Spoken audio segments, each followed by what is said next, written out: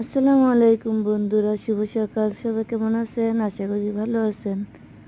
আমিও আপনাদের দোয়া ভালো আছি। আজকে আমি সাবুদানা রেসিপিটা আপনাদের সাথে শেয়ার করব। দেখতে থাকুন কিভাবে রান্না করতেছি আমি।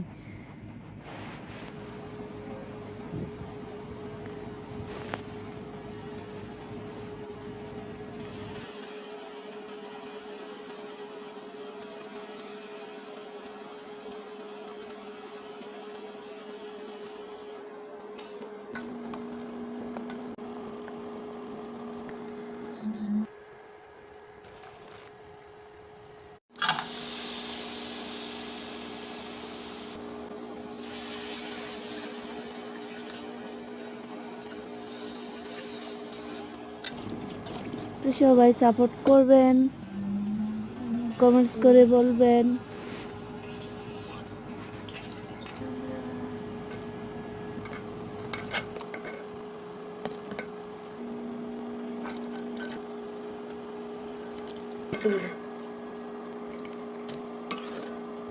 ইদানিং যে শীত পড়তেছে সব জায়গায়, সবাই নিজেদের প্রতি খেয়াল রাখবেন, বাচ্চাদেরকে যত্ন করে রাখবেন ঠান্ডার থেকে।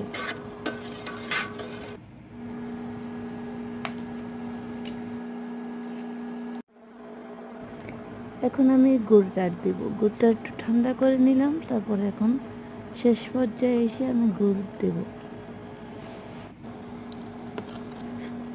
একটু আমার রান্নাটা হয়ে গেছে।